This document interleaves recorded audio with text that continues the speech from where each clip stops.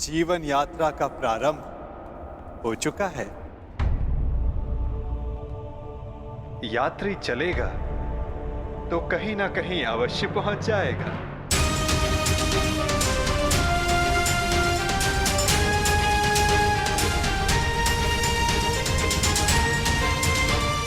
मुझे नहीं ज्ञात कि मेरा लक्ष्य क्या है, नहीं ज्ञात कि मैं संसार में क्यों आई हूं, नहीं ज्ञात कि मेरा जन्म क्यों हुआ। जिस यात्री को अपना लक्ष्य ही ना ज्ञात हो, वो कहां पहुंचेगा? क्या आपने आज तक किसी को मेरी अवस्था में देखा है? हाँ, प्रत्येक को देखा है। जीवन धारा के प्रवाह में प्रत्येक के समक्ष ऐसी परिस्थिति आती ही है।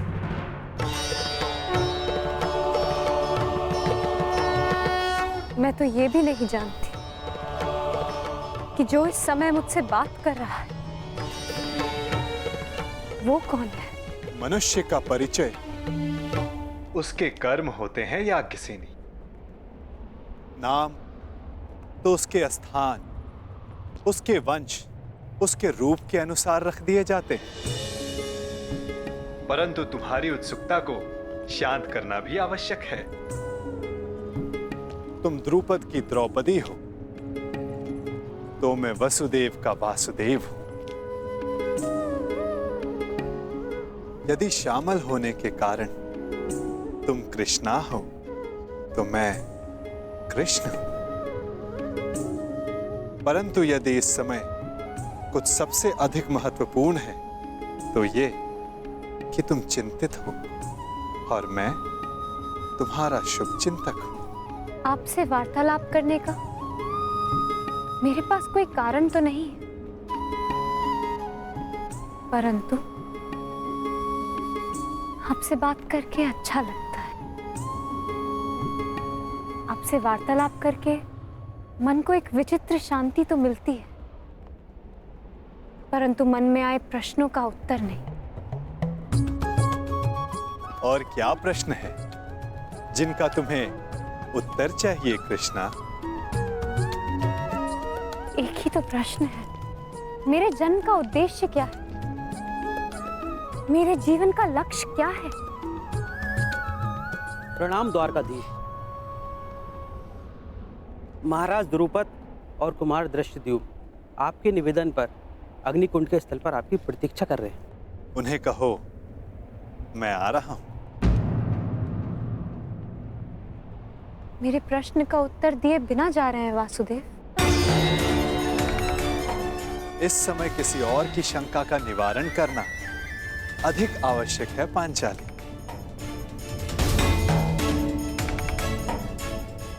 हो सकता है कि उस समाधान में तुम्हारे प्रश्नों का उत्तर भी तुम्हें मिल जाए।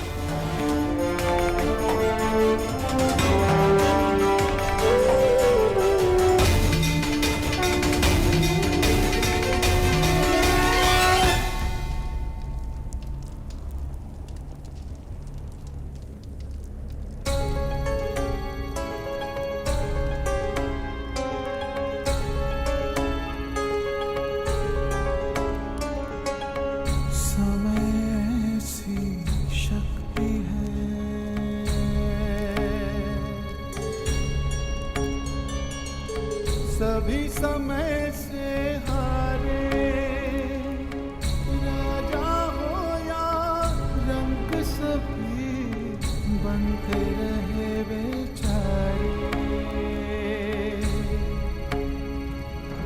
समय बड़ा महान है इस जग में, समय बड़ा महान,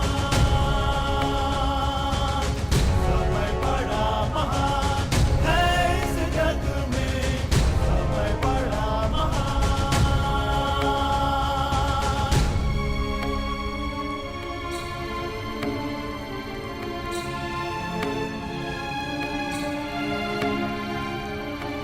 माया का धुआं फैलाए, भ्रम के जाल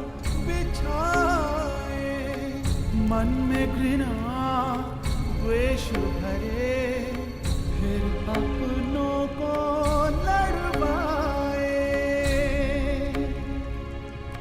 सही समय पे सत्य को लाए, झूठ को करे किनारे। राजा हो या रंक सभी बनते रहे बेचारे। समय बड़ा महान है इस जग में, समय बड़ा महान, समय बड़ा महान है इस जग में, समय बड़ा महान।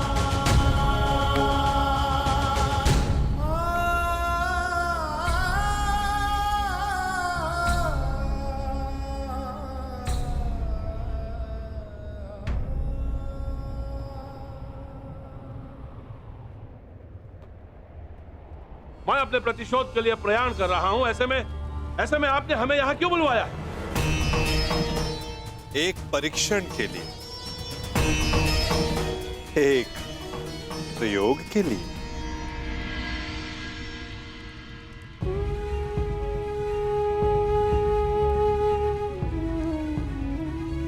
कैसा परीक्षण और यहां क्यों? क्योंकि ये तुम्हारा जन्मस्थल है दृश्यदुम। इस स्थल को यज्ञ अग्नि ने पवित्र किया है। ऐसे स्थान मनुष्य के पंच दोष सामने ले आते हैं। काम, क्रोध, मोह, लोभ, अहंकार। इन पंच दोषों की ऊर्जा ऐसे स्थान पर धूम्र में परिवर्तित हो जाती है, और ये धूम्र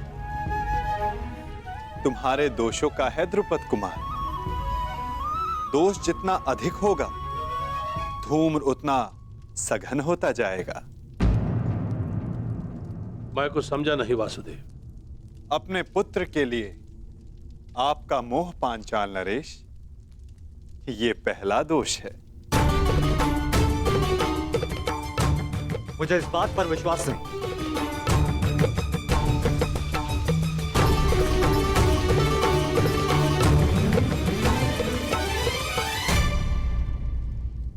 धूम्र बढ़ गया ना, क्योंकि दूसरा दोष समक्ष आ गया, मद। इन सब बातों का मंतव्य क्या है वासुदेव? क्या आप हमें हस्तिनापुर पर आक्रमण करने से रोकना चाहते हैं? नहीं, इसके विपरीत मैं तो इस आक्रमण में आपका साथ देना चाहता हूं पांचाल नरेश।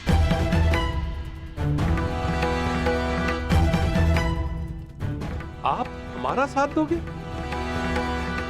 यदि आप हमारे साथ हैं, तो फिर पराजय का प्रश्न ही नहीं।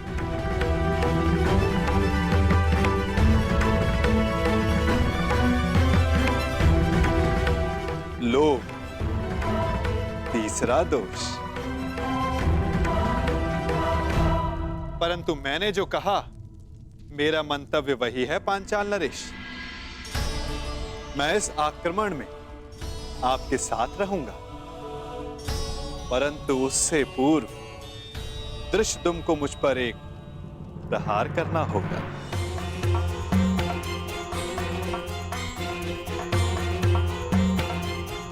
क्या?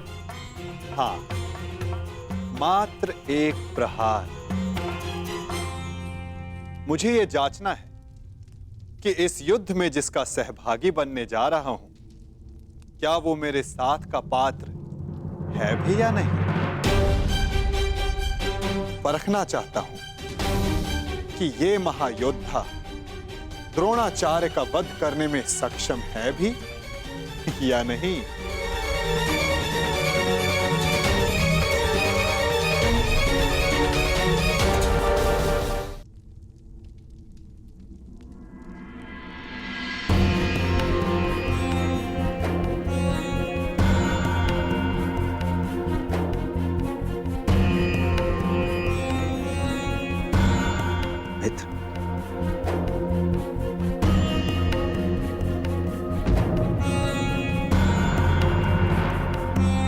कुंती के अंतिम संस्कार में मुझे सम्मिलित होने दिया,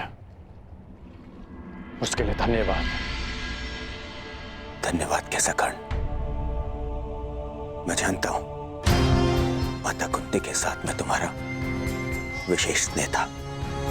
और एक बात, तुम मेरे लिए मेरे भ्राता से कम नहीं हो मित्र। कल मेरे जीवन का सबसे बड़ा स्वप्न पूर्ण होने जा रहा है। कल मेरा युवराज अभिषेक है मित्र, और यही तो तुम्हारा भी स्वप्न था ना। कर्ण, मैं जानता हूं तुम्हें लगता होगा कि जिस मार्ग पर चलकर मैंने ये मुकुट प्राप्त किया है वो उचित नहीं है। परंतु यदि तुम, मैं आ जाऊंगा। तुम्हारे अभिषेक के लिए मैं प्रस्तुत रहूंगा।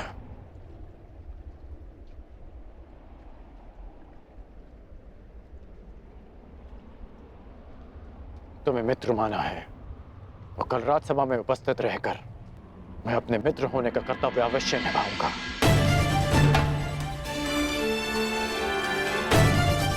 मैं जानता था मेरा ये मित्र मुझे कभी निराश नहीं करेगा।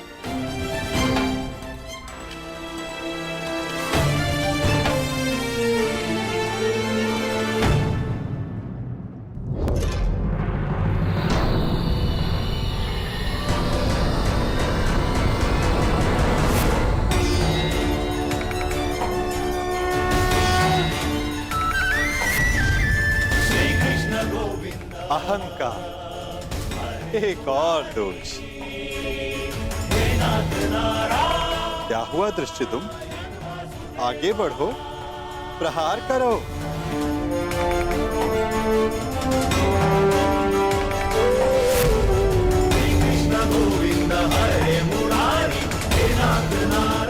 क्रोध अंतिम दोष।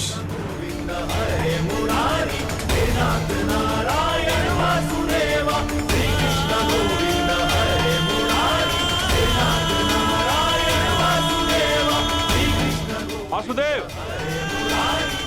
मैं आपका मंतव्य समझ गया। मेरा पुत्र अभी द्रोण से युद्ध करने के लिए तैयार नहीं है। अब ये माया समाप्त कीजिए वासुदेव।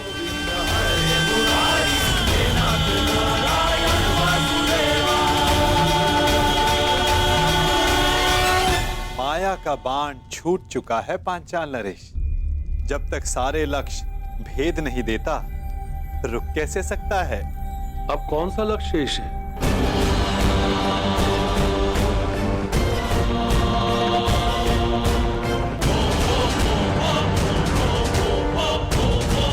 नहीं, रुको पुत्र।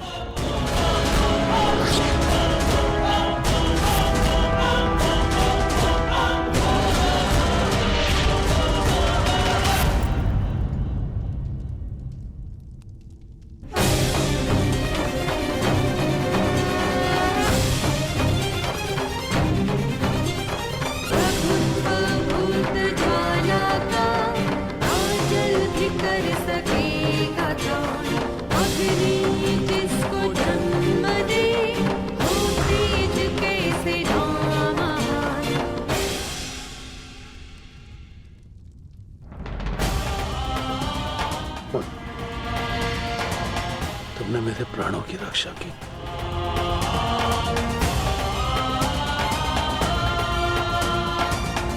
पश्चाताप, भूल का पश्चाताप पांचाल नरेश।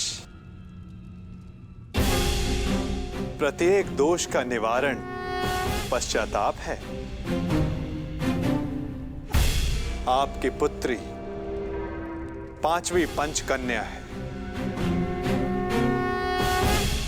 इस युग की इकलौती। पहली चार त्रेता युग में आई। अहिल्या, मंदोदरी, सीता और तारा। और अब द्वापर युग को प्रतीक्षा थी पांचवी पंचकन्या की, द्रौपदी की।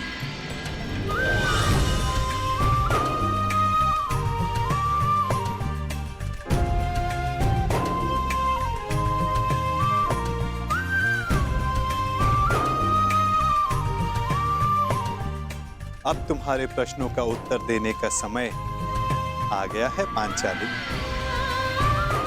मनुष्य के जीवन का लक्ष्य और प्रयोजन भिन्न होते हैं। अर्जुन से विवाह तुम्हारे पिता का प्रयोजन था। तुम्हारे जीवन का लक्ष्य बहुत ऊंचा, बहुत आगे है द्रौपदी। एक बार मेरी दृष्टि से अपने आप को देखो, अपने लक्ष्य को देखो। आपकी दृष्टि में मेरे जीवन का लक्ष्य क्या है वासुदेव? परिवर्तन। केवल एक मनुष्य के जीवन का परिवर्तन नहीं, समस्त संसार के जीवन में। इतिहास की धारा को परिवर्तित करना है तुम्हें। पातक नाश तुम्हें पापों का नाश करना है।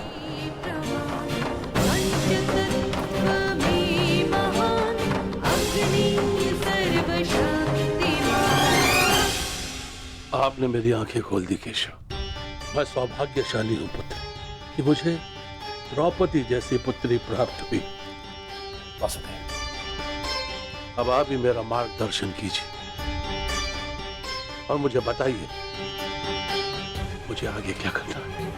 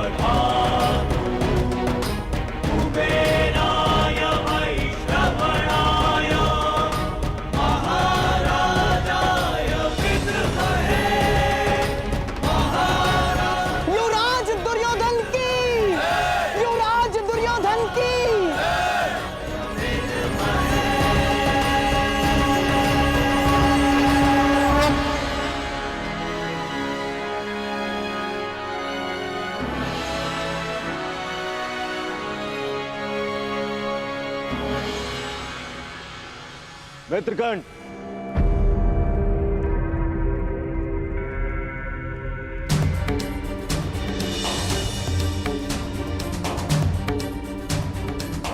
आज मैं बहुत प्रसन्न हूं मित्र, क्योंकि आज मेरा सबसे प्रिय मित्र मेरे अभिषेक में मेरे साथ उपस्थित था।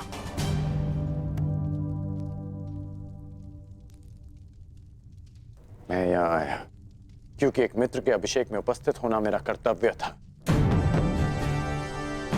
तुम्हारा मित्र तुम्हें युवराज बने देखना चाहता था और उसकी अभिलाषा पूरी हुई, और हमारे साथ की अवधि भी। मैं सदा के लिए तुम्हारा साथ छोड़कर जा रहा हूं।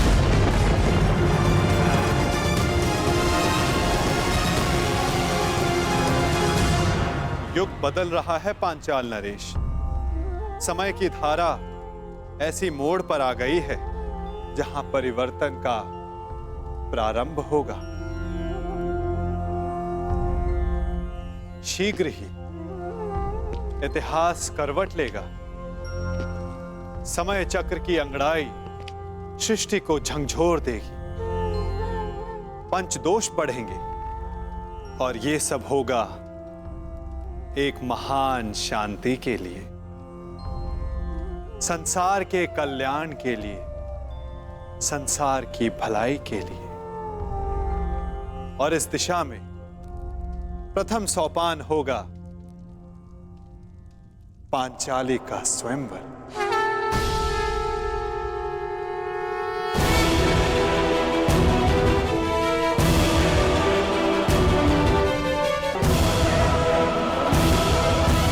समय की धारा ऐसी मोड़ पर आ गई है जहां परिवर्तन का प्रारंभ होगा और इस दिशा में प्रथम सोपान होगा पांचाली का स्वयंवर। अकस्मात स्वयंवर? परंतु वासुदेव, इतनी शीघ्रता से इतना बड़ा प्रबंध कैसे हो पाएगा? आप उसकी चिंता ना करें पांचाल नरेश। युग की धारा को जो परिवर्तित करने आई है, उसका स्वयंवर भी युग का सबसे विशाल स्वयंवर होगा। जो वसुधा का इतिहास बदलने आई है, उसका स्वयंवर का उत्तरदायित्व स्वयं वासुदेव संभालेगा। ये सृष्टि का सबसे अधिक स्मरण किया जाने वाला स्वयंवर होगा पांचाल नरेश। तो आपको सृष्टि के सभी योद्धाओं को आमंत्रित करना ही होगा। उनमें मित्र भी होंगे और शत्रु भी होंगे। मित्रों का स्वागत आप करेंगे पांचाल नरेश, और शत्रुओं से पांचाल की रक्षा करने का उत्तरदायित्व मेरी चतुर्रंगनी नारायणी सेना का होगा। परंतु वासुदेव, प्रश्न यह उठता है कि संसार के सर्वश्रेष्ठ योद्धाओं में से हमारी पुत्री द्रौपदी के लिए सर्वश्रेष्ठ वर का चुनाव कैसे होगा?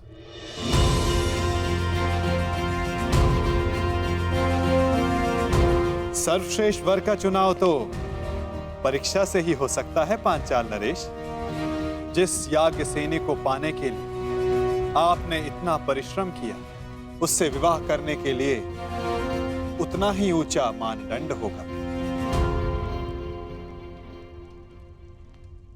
द्रौपदी को वही पा सकेगा जो एक असंभव दिखने वाले लक्ष्य को साध सके। और वो असंभव लक्ष्य क्या होगा वासुदेव? वो लक्ष्य ना कथा में किसी ने सुना होगा, ना स्वप्न में किसी ने देखा होगा, ना कल्पना में किसी ने सोचा होगा। युग के सबसे स्मरणीय स्वयंवर का निमंत्रण भी सबसे विलक्षण होगा। ये निमंत्रण नहीं, चेतावनी होगी कि अग्निसुता याज्ञसेनी से विवाह करने की इच्छा वही रखें जिनमें अग्नि की ज्वालाओं से खेलने का साहस है। सबसे आवश्यक बात, हस्तिनापुर को यह निमंत्रण भिजवाना मत भूलिएगा।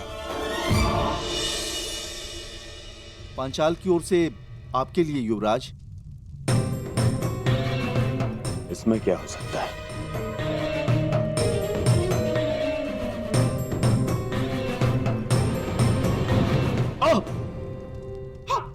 दुर्योधन, हस्तिनापुर के युवराज के समक्ष इतना बड़ा दुस्साहस? ये दुस्साहस नहीं है गांधार राज, ये संदेश है। संदेश? कैसा संदेश?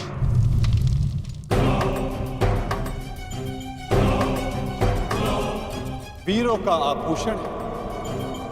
वीर मनुष्य ही वो पा सकता है जिसका वो अधिकारी हो।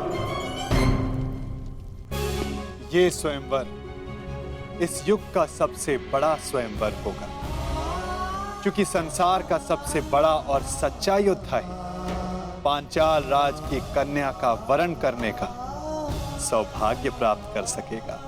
परंतु स्मरण रहे, ये स्वयंवर एक अग्नि परीक्षा सिद्ध होगा। वो अग्नि जो पवित्र को अधिक पवित्र करती है और अपवित्र का नाश करती है।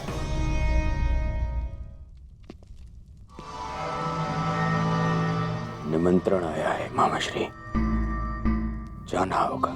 परंतु अकेले नहीं। क्यों? आपको मेरे बल पर विश्वास नहीं है मामा जी? हाँ है, परंतु उसकी माया पर नहीं। इस संसार में एक वो ही है जिसको लेकर मैं सदैव चिंतित रहता हूँ, और वो इस स्वयंवर में अवश्य आएगा। कौन? बताइए मामा श्री। वासुदेव कृष्ण।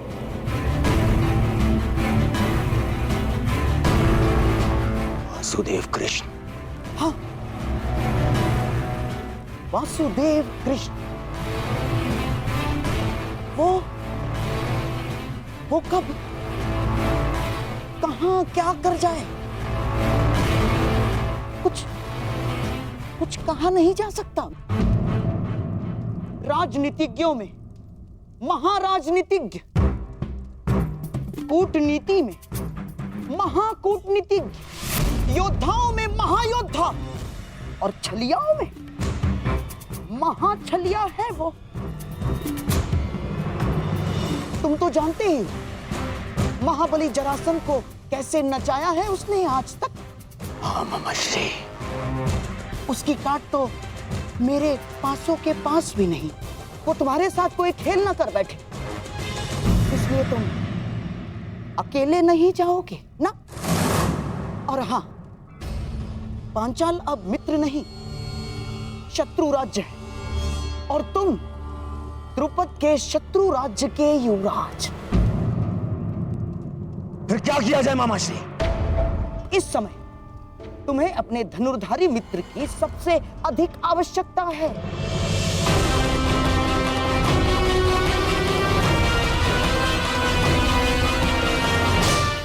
अर्थात कर्ण की। मैं तुमसे और राजवंश के सभी कुचक्र और चेष्टाओं से अपना बंधन तोड़ता हूं। आज के पश्चात हमारा कोई संबंध नहीं। मैं सदा के लिए तुम्हारा साथ छोड़कर जा रहा हूं। आएगा, अवश्य आएगा। सच मामा श्री? हाँ, मेरी एक चाल से कर्ण तुमसे दूर हुआ, अब मेरी ही एक चाल से वो वापस भी आएगा। यदि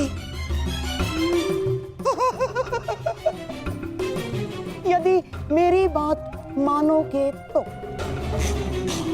न केवल कर्ण वापस आएगा, बल्कि तुम्हारा त्याग करके कभी नहीं जाएगा। कर्ण को वापस अपने जीवन में लाने के लिए मैं कुछ भी कर सकता हूं मामा श्री, कुछ भी।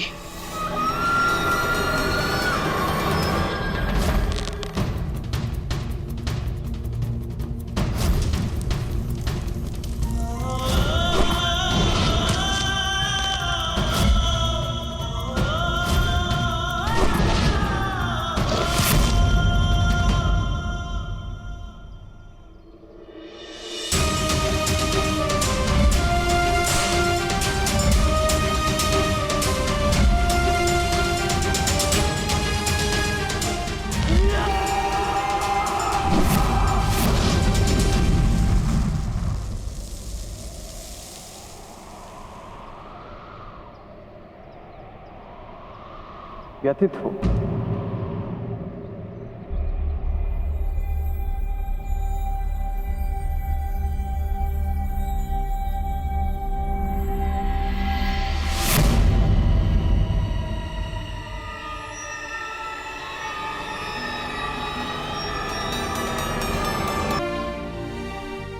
यौवन, मैं एक बार फिर से असफल हुआ। उस समय ना तुम्हारी रक्षा कर पाया था, और इस समय ना कुंती मां की।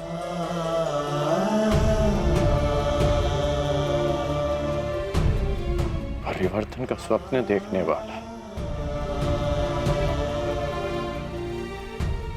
अन्याय का प्रतिकार करने का वचन देने वाला ये कर्ण नियति की कसौटी पर असफल हो गया। परिवर्तन लाना, अन्याय का प्रतिकार कर पाना यदि इतना सरल होता कोई भी कर लेता। उसके लिए राधे को इतना परिश्रम करने की, इतना कष्ट सहने की कोई आवश्यकता नहीं। आप नियति की कसौटी पर असफल तब होंगे जब परिवर्तन का अपना स्वप्न छोड़ देंगे। राजकुमार दुर्योधन का साथ छोड़कर कहीं आप परिवर्तन के अपने लक्ष्य से दूर तो नहीं जा रहे? मैंने दुर्योधन का साथ छोड़ा क्योंकि नीति की स्थापना अनीति का साथ देकर नहीं कर सकते। मैं जन्म पर कर्म की श्रेष्ठता सिद्ध करना चाहता हूं और वो अनुचित कर्म के साथ नहीं हो सकती। यदि अंक का मुकुट त्याग दिया तो आपके दायित्व का क्या होगा? मैंने मुकुट को छोड़ा है, अपना दायित्व नहीं। परिवर्तन के लिए मेरा संघर्ष सदा रहेगा। तो अंग हो या भुगत ग्राम, क्या अंतर पड़ता है? जब आपके प्रयास के लिए अंग या भुगतग्राम में अंतर नहीं है तो हस्तिनापुर क्यों नहीं? आप ही कहते थे ना कि परिवर्तन सोच से प्रारंभ होता है, और जिस राजकुमार दुर्योधन ने आपकी सोच का साथ दिया, शकुनी उसकी सोच को मैला कर रहा है। कुमार दुर्योधन आपके मित्र हैं। यदि आप उनके साथ रहते तो कदाचित उन्हें अनुचित मार्ग पर जाने से रोक पाते। दुर्योधन का साथ छोड़ना उचित प्रतिक्रिया हो सकती है, परंतु क्या ये उचित हल है? मैंने दुर्योधन का नहीं, उसके कर्मों का, उसके निर्णय का साथ छोड़ा है। एक योद्धा मित्र के लिए मैं संसार में किसी के भी विरुद्ध खड़ा हो सकता हूं, परंतु षड्यंत्रकारी के लिए नहीं, कभी नहीं। यदि दुर्योधन उचित मार्ग पर... अंगराज, युवराज दुर्योधन ने अपने आप को कक्ष में बंद कर लिया है और कक्ष में अग्नि लगा दी है। शीघ्र ही चलिए। अनुज,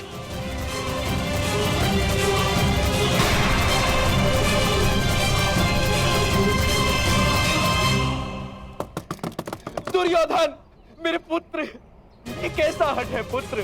दुर्योधन, बाहर आ जाओ। दुर्योधन, पीछे हटिए।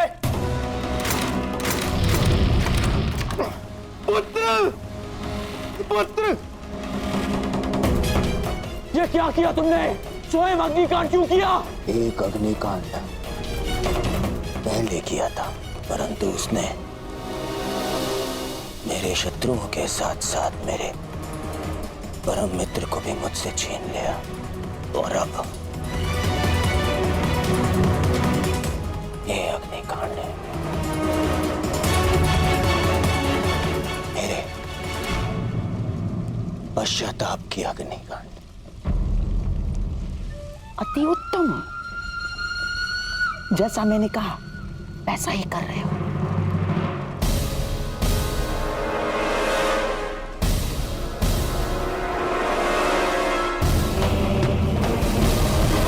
बाहर आओ। नहीं, तुम्हें उपचार की आवश्यकता है। मेरा उपचार केवल मेरा मित्र है, और मेरा धारण तुम्हारी क्षमा। मुझे क्षमा कर दो मित्र, मैं वचन देता हूं, कभी आज के बाद अपनी मित्रता को लज्जित नहीं होने दूंगा। मैं युधिष्ठिर की युवराज बनने के पश्चात मैं स्वयं पर से वश को बैठा था, और इसीलिए मैं मामाशी के बहकावे में आ गया।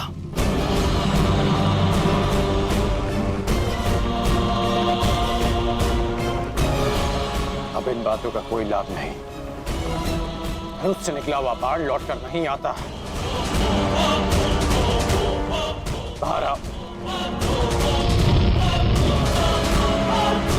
परंतु मैं कैसे योद्धा को अवश्य जानता हूं जिसमें अपना बाण वापस लाने की क्षमता है। और वो तुम हो मित्र, तुम हो वो।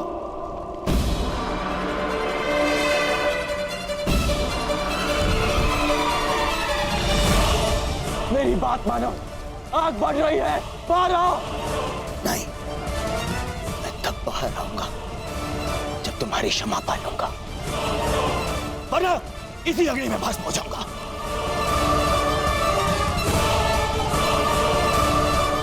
तुम्हें तो पीड़ा उठाया है ना मित्र, परिवर्तन का। तो मुझे एक अवसर तो दो ताकि मैं यह सिद्ध कर पाऊं मेरा मन भी परिवर्तित हो गया है। बाहर आओ। कहो मित्र, क्या तुमने मुझे क्षमा किया? क्या तुमने मुझे क्षमा किया? ठीक है, मैंने तुम्हें क्षमा किया। अपना हाथ दो मुझे, हाथ दो।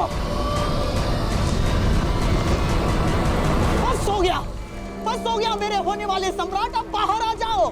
ये हमारी योजना का भाग नहीं था। बस हो गया अभिनय।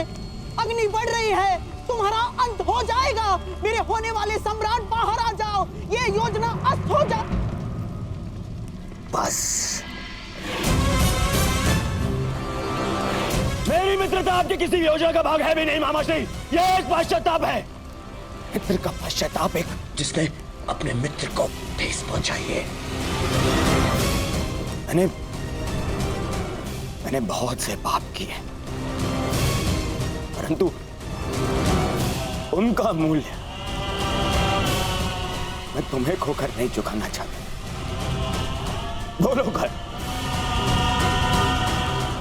तुम मेरे साथ हो?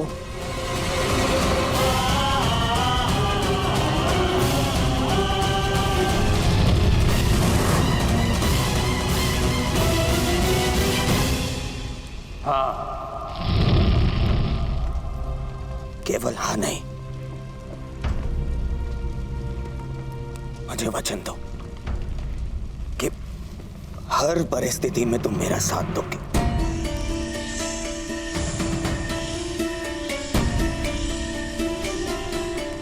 मैं वचन देता हूं। सौगंध खाओ अपने अनुज की कि तुम मुझे कभी अकेला नहीं छोड़ोगे। मैं शोन की सौगंध खाता हूं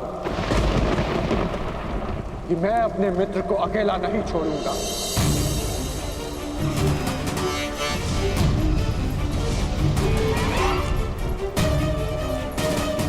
अब अपना हाथ आगे बढ़ाओ मित्र, हाथ आगे बढ़ाओ। हाँ मित्र।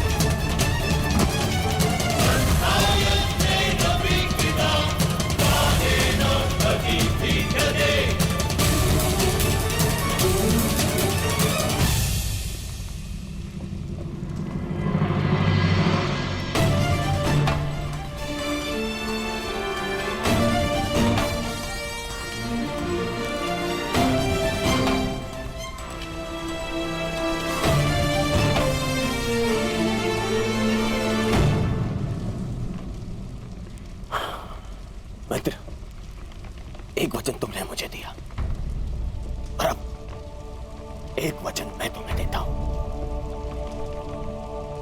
आज के बाद कभी कोई को चक्कर नहीं रचूंगा, कभी कोई ऐसा कर्म नहीं करूंगा जो तुम्हारी दृष्टि में अनुचित हो, तब तक नहीं जब तक कोई मुझे उकसाएगा नहीं।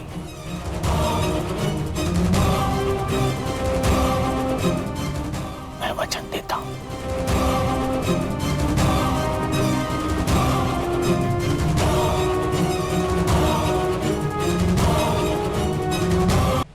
वासुदेव, मैं अब तक आपको तनिक भी नहीं समझ पाई हूं। क्या मैं इतना जटिल हूं पांचाली? परंतु आप इतने सरल भी तो नहीं। जब मेरे पिताश्री ने मुझे अस्वीकार किया था, तब आपने ये सुनिश्चित किया कि वो पूरे सम्मान के साथ मुझे स्वीकारे। जब मेरा मन व्यतीत था, तब आपने उसे संतोष प्रदान किया, और अब मेरे स्वयंवर का उत्तरदायित्व आपने ले लिया।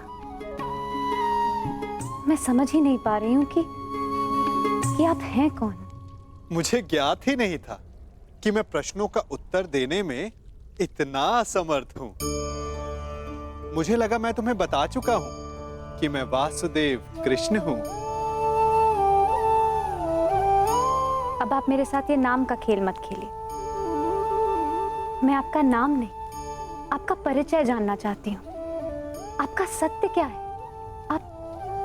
आप क्यों मेरी इतनी सहायता कर रहे हैं? और इस बार मुझे कोई पहेली नहीं, संतोषदायक उत्तर चाहिए।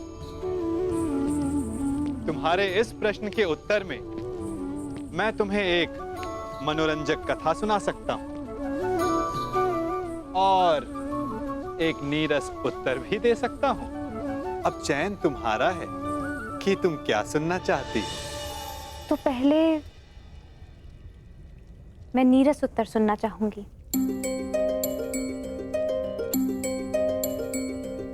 तो सुनो, मैं तुम्हारा सखा हूं, तुम मेरी सखी,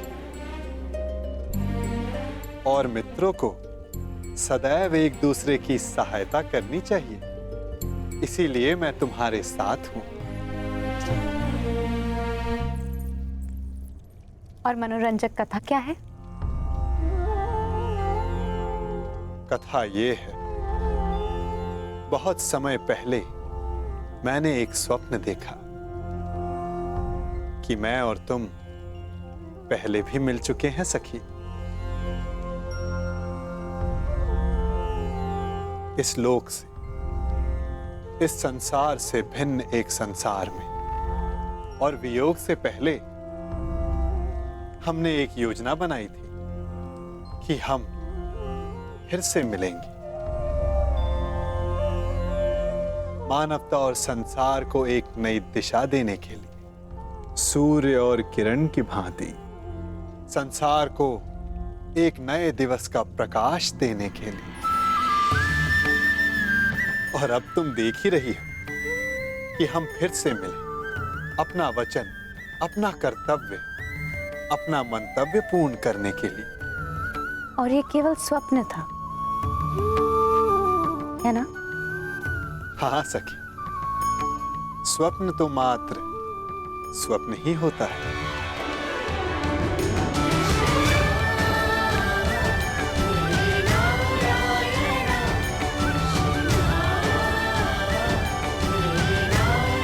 परंतु मेरा स्वप्न सदा नवीन सृष्टि का निर्माण करता है, और सृष्टि को नई दिशा देने का समय आने को है।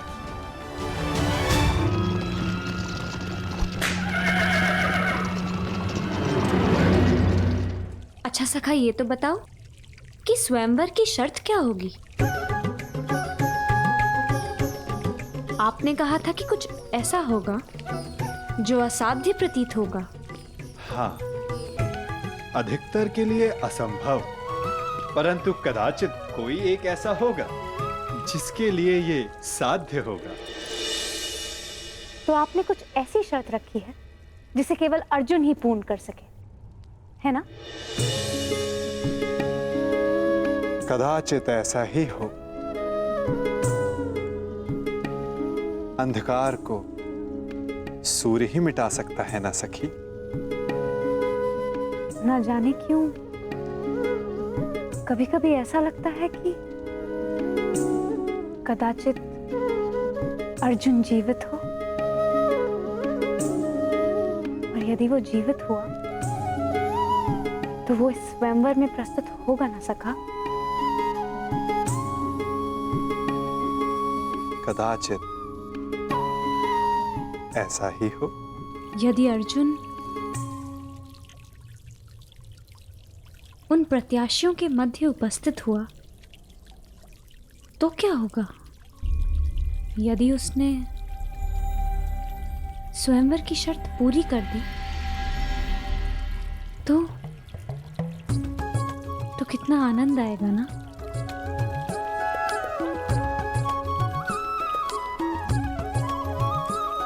कदाचित।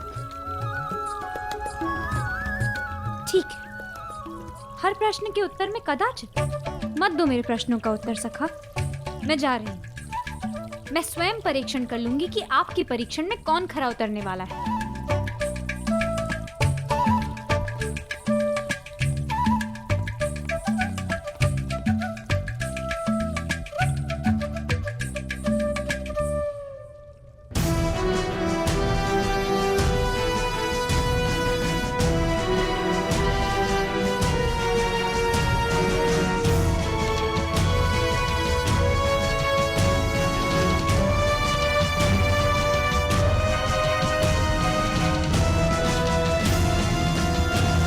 परीक्षण तो तुम्हें ही करना है सखी, परंतु निर्णय तुम मेरे बिना नहीं कर पाओगी।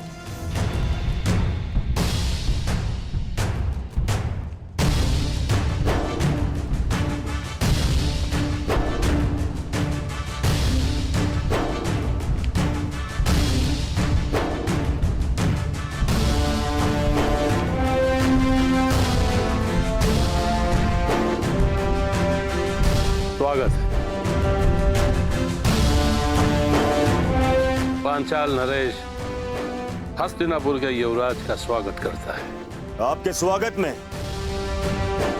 चुनौती है पांचाल नरेश, परंतु आपका स्वागत मैं स्वीकार करता हूं। आओ कर।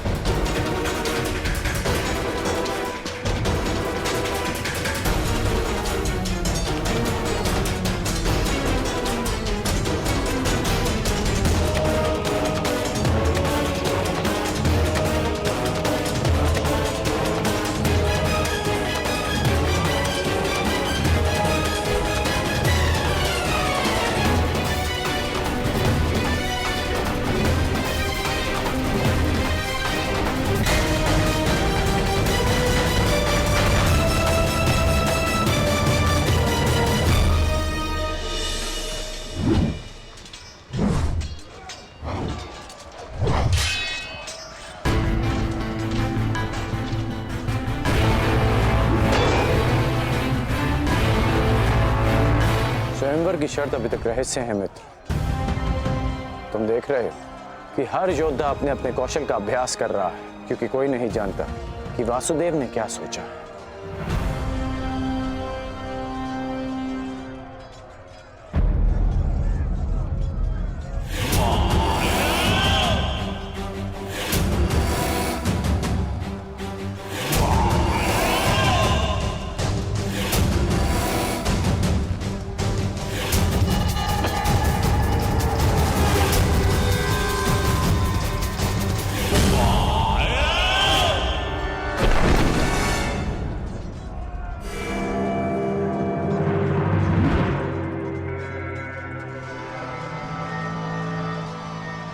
मित्र, यदि परीक्षण में गदायुद्ध, मेरी विजय तो निश्चित ही। 5 पत्र एक ही पंक्ति में और एक ही बाण से सबको साधना है। आओ प्रयास करें।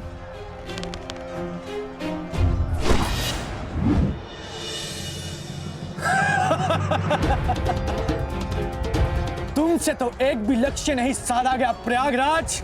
तुम तो अपना धनुष ही उठा लो, वही पर्याप्त है काशी नरेश।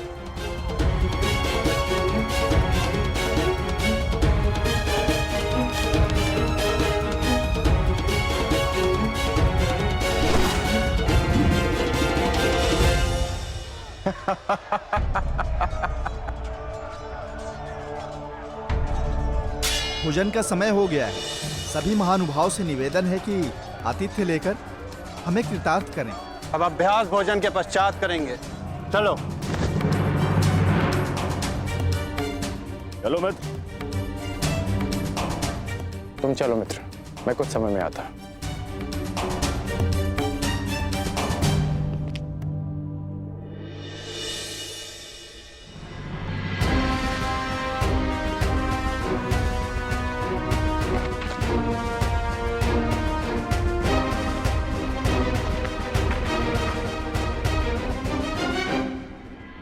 परीक्षण का उपक्रम संपन्न हुआ देवी।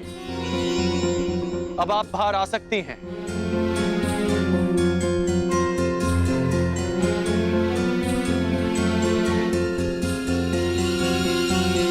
हुआ देवी, अब आप बाहर आ सकती हैं।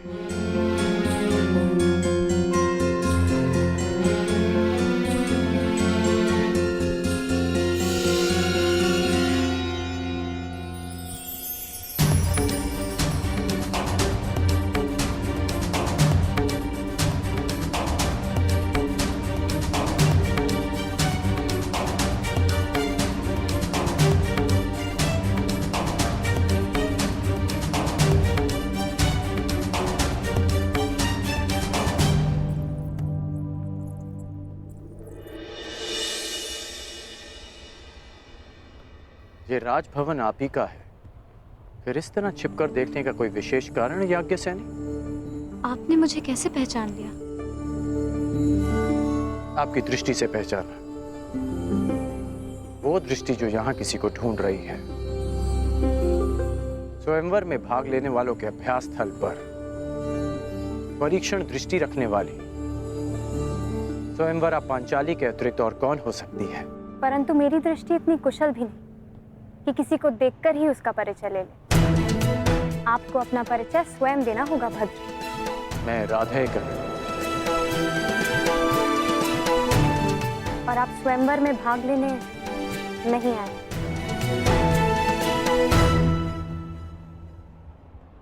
आपको कैसे पता? अब मेरी दृष्टि इतनी अकुशल भी नहीं कि स्वयं पर पड़ने वाली दृष्टि को समझ ना पाऊं।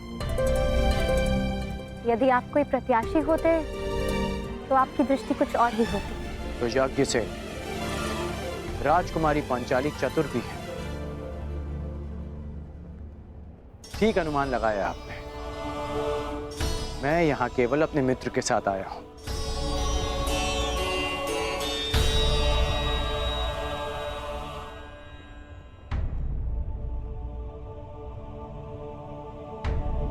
और आपके मित्र कौन हैं? युवराज दुर्योधन। ये राजसी विधियां और निमंत्रण मेरे लिए नहीं है और ना ही मेरी इनमें रुचि है। मैं राजपुत्र नहीं, भुगत ग्राम का सूत पुत्र हूं। मनुष्य का जन्म महत्वपूर्ण नहीं, यदि कुछ महत्वपूर्ण है तो उसके कर्म। कर्म शब्दों से अधिक श्रेष्ठ माध्यम है मनुष्य और उसकी योग्यता के परिचय का। यदि आपकी सोच ऐसी है तो आपका होने वाला वर योग्य होने के साथ साथ बहुत भाग्यशाली होगा।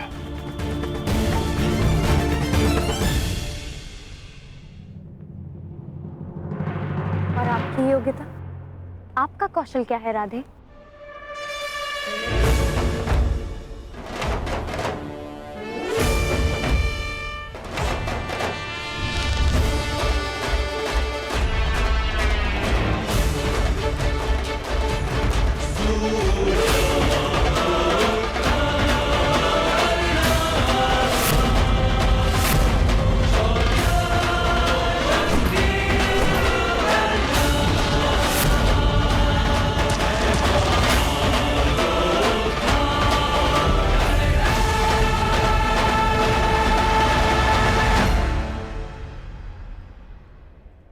अभी आप ही ने कहा था कि कौशल के परिचय के लिए कर्म शब्दों से अधिक श्रेष्ठ माध्यम है।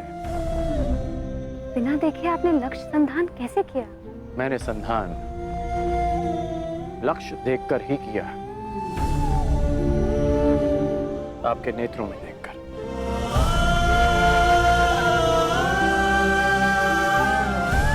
प्रणिपात राजकुमारी।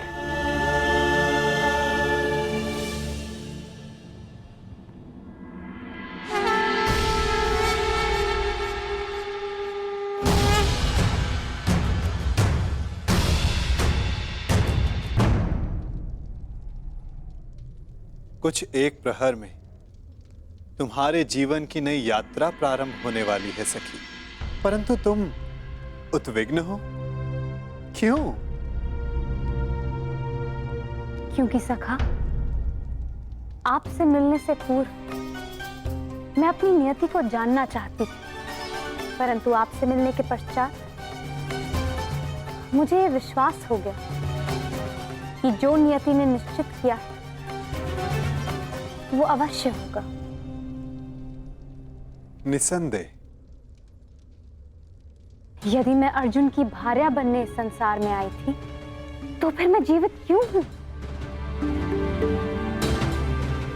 यदि अर्जुन ही जीवित नहीं।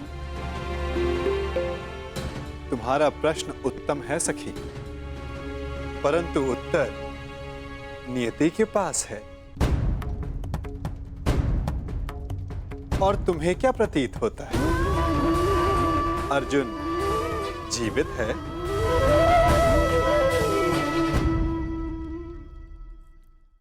जीवित है?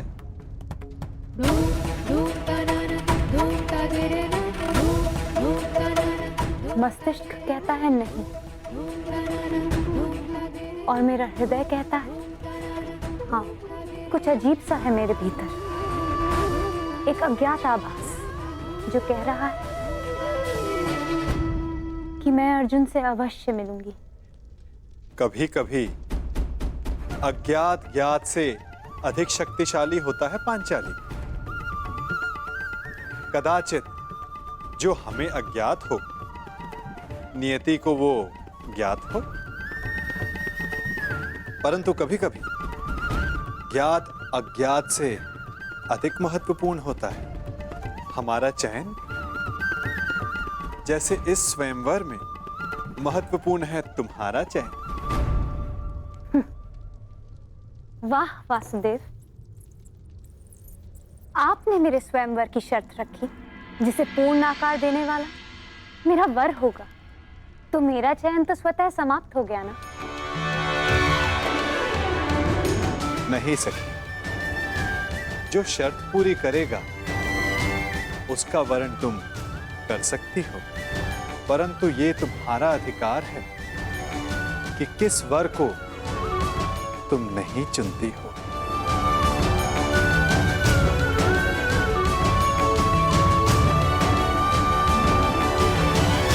हस्तिनापुर युवराज दुर्योधन गांधार नरेश शकुनी के साथ पधार रहे हैं।